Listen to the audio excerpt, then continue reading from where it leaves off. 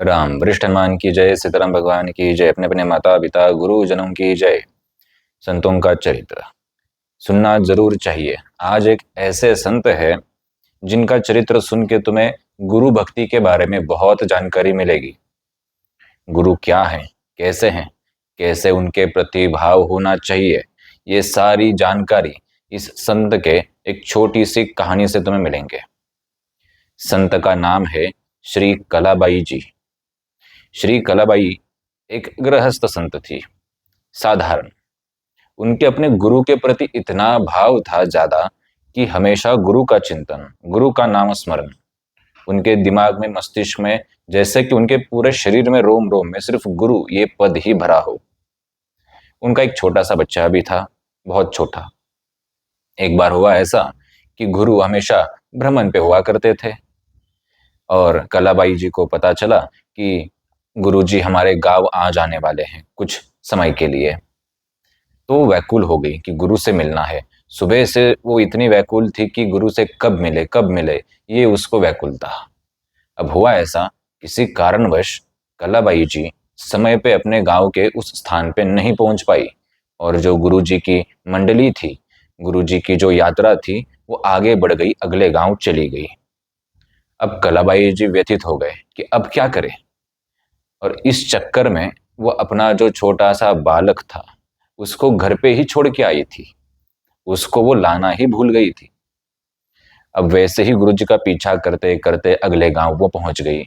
उसके अगले गांव पहुंच गए, जहां पे गुरु थे वहां पे पहुंचे, गुरु के दर्शन किए और इस चक्कर में, दर्शन में, आदि चीजों में वो वापस भूल गई कि उनका बच्चा है, उसको दूध पिलाना है, छोटा है। अब वापस आने का वहां से कोई चारा नहीं था। क्यों? क्योंकि रात्रि हो चुकी थी और इतनी रात्रि दूसरे गांव से अपने गांव वापस आना उनके लिए बिल्कुल संभव नहीं था। अब क्या करे, बच्चा बेचारा घर पे अकेला है, दूध पिलाना है, रो रहा होगा, क्या कर रहा होगा। अब वो व्याकुल हो गई वहां पे, फिर भी गुरु का नाम स्मरण करती बैठी और इसी व्याकुलता के कारण उनकी आंखें लग गई, उनकी नींद लग गई इसी बीच। और जैसे ही नींद लगी, आंख खुली, बाद में उनको पता चला कि उनकी गोद में उनका वही बच्चा है। तो उनकी ये गुरु भक्ति इस बात का प्रमाण है कि गुरु के पीछे तुम्हारी आस्था, भक्ति, श्रद्धा कैसी होनी चाहिए। बहुत छोटी कहानी, इससे हमें यह समझ आता है कि हमारा भाव कैसा होना चाहिए गुरु के प्रति। गुरु जीवित जब तक है तब तक इस दुनिया में उनको कोई नहीं पूछता।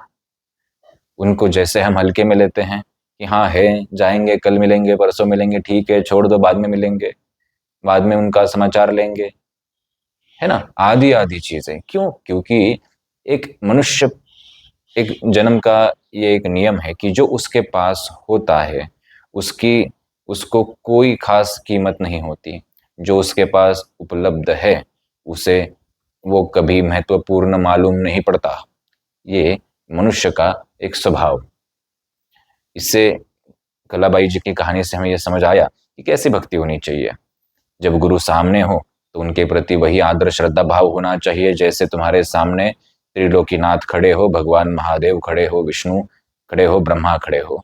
वैसा ही आदर सम्मान होना चाहिए। जरूरी नहीं कि गुरु कितने ताकतवर है, उनके पास कितनी सिद्धियां है, उनके पास कितने चमत्कार है, ये बात बिल्कुल मायने नहीं रखती। तुम कितने समर्पित हो, ये बात मायने रखती है। तुम्हारी श्रद्धा कैसे है उनके प्रति, ये बात मायने रखती है। और हाँ, आज थोड़ा उल्टा होता है कि असली गुरु मिलना तो वैसे दुर्लभ है। कुछ छोटे मोटे चमत्कार दिखा के, कोई पर्चा लिख के, कोई सवारी आके गुरु बनने जा रहा है। क्या ये गुरु हो सकते हैं? क्या ये दीक्षा देने के पात्र भी है? बिल्कुल नहीं। ये तो बस अपना दुकान अच्छे से चला रहे हैं। तो तुम्हें सबसे पहले गुरु कौन है ये समझना चाहिए। गुरु तुम्हें माया में नहीं डालेगा। कोई भी चमत्कार, कोई भी भ्रम, कोई भी पर्चा सवारी दिखा के तुम्हें माया में नहीं डालेगा। वो कभी ऐसा नहीं बोलेगा कि मैं तुम्हें ये चमत्कार इसलिए दिखा रहा हूं ताकि तुम भगवान से जुड़ जाओ। बिल्कुल नहीं। क्यों? क्योंकि कोई चमत्कार दिख के जो भगवान से जुड़ा हो उसकी भक्ति ज्यादा समय कदापि नहीं टिकेगी। गुरु तो वो होता है तुम्हें इन सारी माया से परे लेके जाए।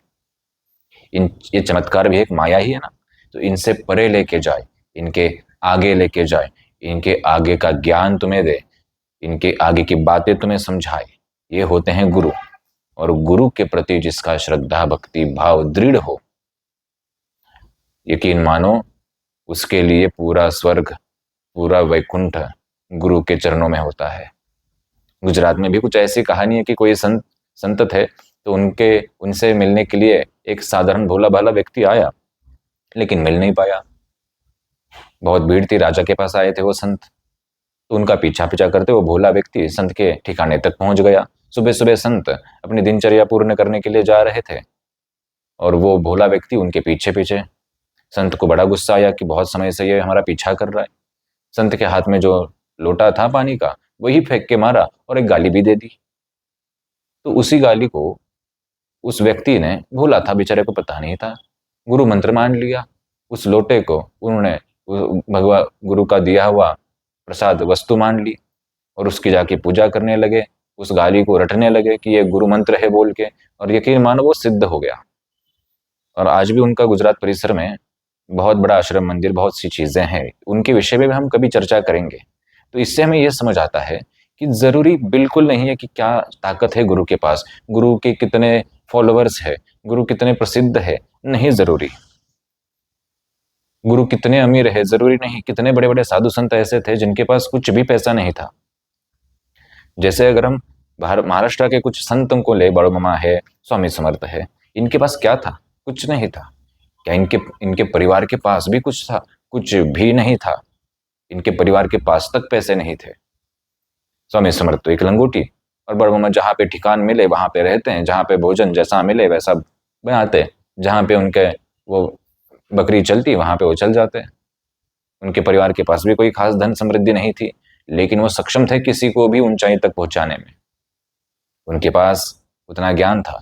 उन्होंने कभी ये नहीं बोला कि देखो मैं तुमको भी चमत्कार दिखाता हूं और तुम आ जाओ फिर भक्ति में। नहीं, ऐसी चीजें असली गुरु को पता है ये चीजें ज्यादा समय तक नहीं टिकेंगी। इसलिए अपने गुरु के प्रति तुम्हारी भक्ति श्रद्धा भाव ज्यादा होना चाहिए।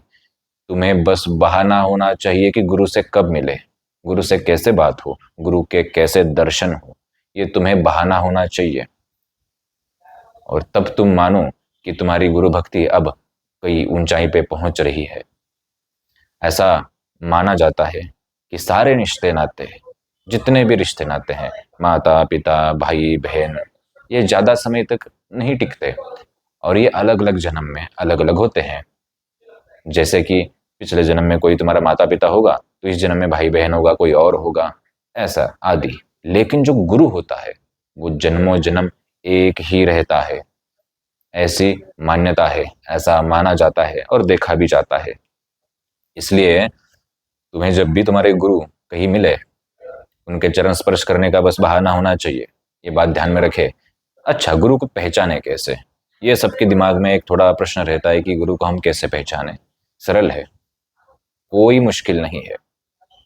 गुरु चमत्कार दिखा के तुम्हें भक्ति में लाने वाले नहीं होने चाहिए, ये प्रथम चीज। दूसरी चीज, उनसे तुम मिल सको। नहीं तो क्या ही फायदा कि गुरु से बात ही नहीं हो पा रही, मिल ही नहीं पा रहे एक आध बार, है ना। हाँ ठीक है, दूर रहते हैं, कभी आना जाना संभव नहीं, लेकिन साल में एक आध बार तो मिल सको।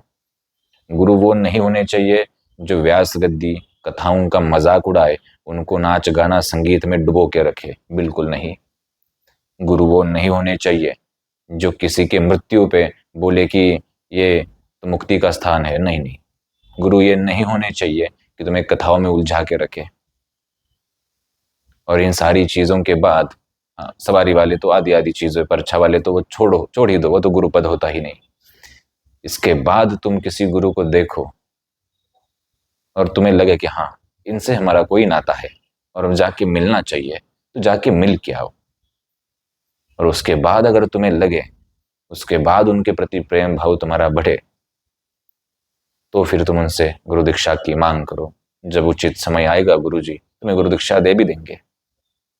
सरल चीजें हैं। आशा करते हैं कि छोटी सी जानकारी तुम लोगों को अच्छी लगी हो, और वरिष्ठ हनुमान में जिनको आना है वो बात ध्यान में रखे।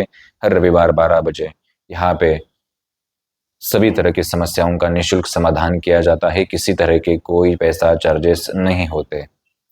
यहाँ पे भक्ति, ध्यान, ज्ञान, साधना तथा आदि आदि चीज़ें, ये सारी चीज़ें तुम्हें बताई सिखाई जाती है संपूर्णतः निःशुल्क। जो हमारे शिष्य होते हैं उनके ऊपर कभी कोई क्रिया का प्रयोग सफल नहीं होता, कर भी नहीं पाता, और किसी ने किया तो वो खुद ही सक्षम बन जाते हैं। इतना उनको संसाधन प्रदान किया जाता है, ज्ञान प्रदान किया जाता है। और हमारे जो शिष्य है, यकीन मानो वो खुद किसी और को सिखाने में इतने सक्षम हैं अभी अभी इसी स्तर पे कि बस आगे भविष्य में और उनको ज्ञान प्रदान हो जाएगा। और रूबी हॉल मेट्रो स्टेशन के पास ये स्थान है जहाँ पे अभी निवास स्थान हमारा है, वहीं पे है, छोटा है। अभी तक कोई मंदिर आश्रम की व्यवस्था नहीं है। धीरे धीरे लोग जैसा सहयोग करेंगे वैसा वैसा बनता जाएगा। Ruby hall metro station Pune Maharashtra के पास ये स्थान है। जिनको पूरा पता या फिर कोई जानकारी चाहिए वो नीचे व्हाट्सअप नंबर दिया गया है, वहाँ पे व्हाट्सअप करे और जो आपको जानकारी चाहिए वो ले ले। यहाँ पे समय बहुत स्ट्रिक्ट है। 12 बजे से 5 मिनट पहले तुम्हें पहुंचना किसी भी हालत में अनिवार्य है। नए लोग, पुराने लोग, कोई भी हो, अनिवार्य है। और हाँ, व्हाट्सएप पे हम बिल्कुल नहीं रहते, कॉल पे वगैरह हम बिल्कुल नहीं रहते, ये बात ध्यान में रखें पहली चीज। नहीं तो ऐसा समझो कि सीधा गुरु जी से बात करेंगे, चैटिंग करेंगे, नहीं होता। हमारे पास नहीं रहता मोबाइल वो। ठीक है। आशा करते हैं तुम्हें छोटी सी जानकारी अच्छी लगी हो। वरिष्ठ हनुमान की जय। राम।